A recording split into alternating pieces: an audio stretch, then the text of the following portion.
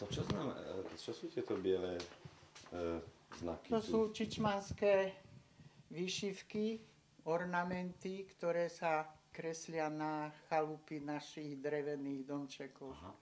A To je znamená? história stará 740 rokov a inde nikde to nenájdete. Je to ojedinelé na Slovensku? Áno, na Slovensku aj v Európe. Na Žadci, keď je trochu, ale len okolo okien, ale tu sa celé domy z ktorého kraja ste? Z východu. Východniari? Áno. Hej? Tak to potom málo viete o nás. Málo. Nič. No Celý a ste tu vedete ešte asi. k tomu poviete, že prvýkrát. Áno.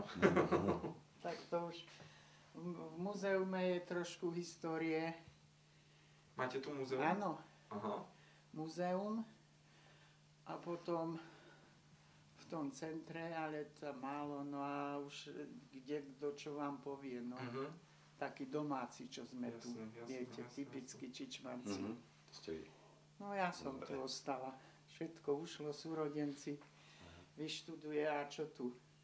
Nemá zamestnanie, ide za prácou, založí si rodinu.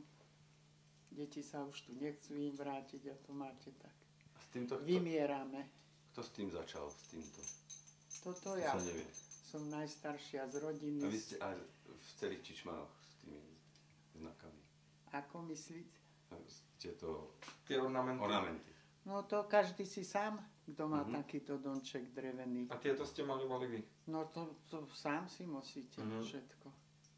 Zvonku treba to obnoviť, ale už viete, to je strašne vysoký dom, tak neviem, koho zeženiem.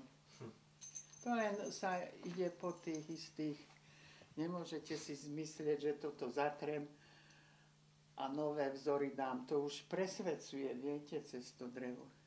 To sa vrie do toho, tá farba, to už sa presvedcuje. No. A nemôžete si urobiť čokoľvek. Musíte zobrať, aby vám to trošku hralo aj